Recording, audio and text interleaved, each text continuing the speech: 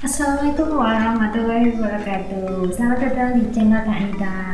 Oke, hari ini saya akan membahas tentang spesifitas atau selektivitas dalam validasi metode analisis. Jangan lupa subscribe ya. Ya, apa itu spesifisitas atau selektivitas?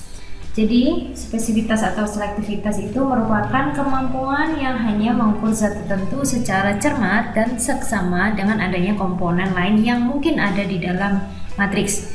Misalnya, jadi kalau untuk tahu apakah itu mengandung senyawa aspirin, gitu ya. Nah, itu dilihat dari spektranya dibandingkan dengan komponen lain yang mungkin ada di dalam campuran itu. Jadi spektranya itu spesifik atau selektif. Terus membandingkan struktur molekul yang hampir sama. Nah, ini biasanya digunakan untuk uji identifikasi. Terus daya pisah antar senyawa yang berdekatan. Nah, kalau misalnya ada senyawa-senyawa yang spektranya berdekatan atau kromatogramnya berdekatan, maka dia memiliki daya pisah sehingga itu dinamakan dia spesifik atau selektif. Nah, ini contoh kasusnya adalah mahasiswa farmasi melakukan pengujian spesifitas dari parasetamol dalam sediaan tablet.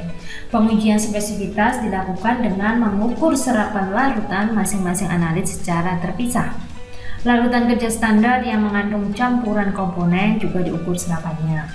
Berdasarkan hasil pengujian, diperoleh spektra standar parasetamol, placebo, yang ini tanpa obat, dan campuran antara placebo dan analit. Nah, ini nggak tahu ini isinya apa, placebo dan analit.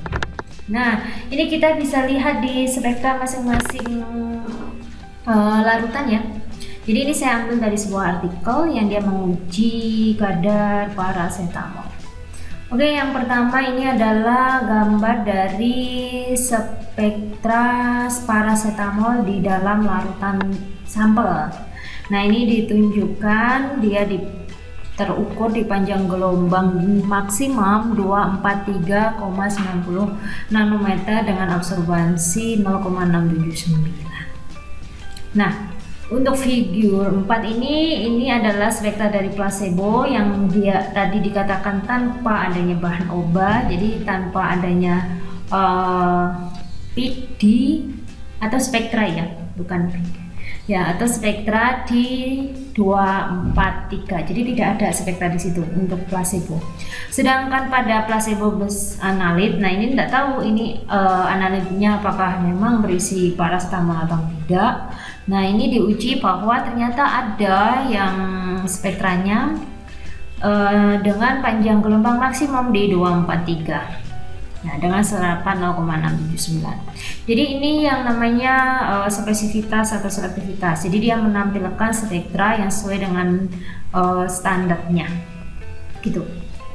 Jadi kita hanya membandingkan antara spektra dari parasetamol asli di dalam larutan sampel dan yang spektra dari placebo plus analitnya.